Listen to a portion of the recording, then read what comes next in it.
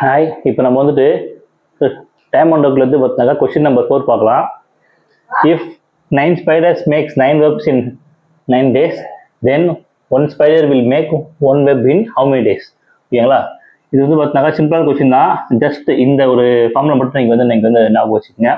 அதாவது M1 H1 D1 ஓகேங்களா divided by W1 ஓகேங்களா is equal to M2 H2 D2 divided by W2 ஓகேங்களா. இங்கே சேம் இங்கே வந்து பார்த்தாக்கா suppose same work same job கொடுத்தாங்கனாக்கா ரெண்டுமே வந்து பார்த்தாங்க W1 தான் போடணும் ஓகேங்களா.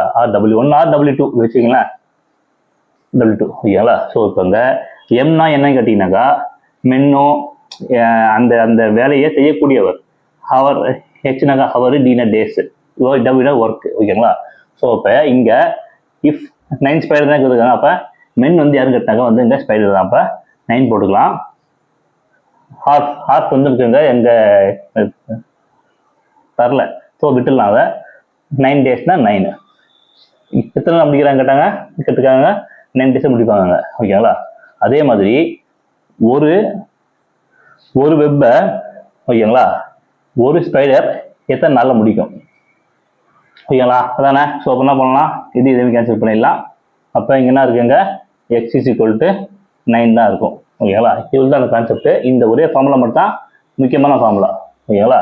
ஸோ அதுவுமே வந்து பார்த்தாக்கா இங்கே சேம் ஒர்க்கா இல்லைனாக்கா டிஃப்ரெண்ட் ஒர்க்காட்டத்தை வந்து பார்த்தாக்கா பொறுத்து மாறும் ஓகேங்களா. ஓகே, இதான் கொஸ்டின் நம்பர் 4 நோட் பண்ணிக்கோங்க. தேங்க்யூ.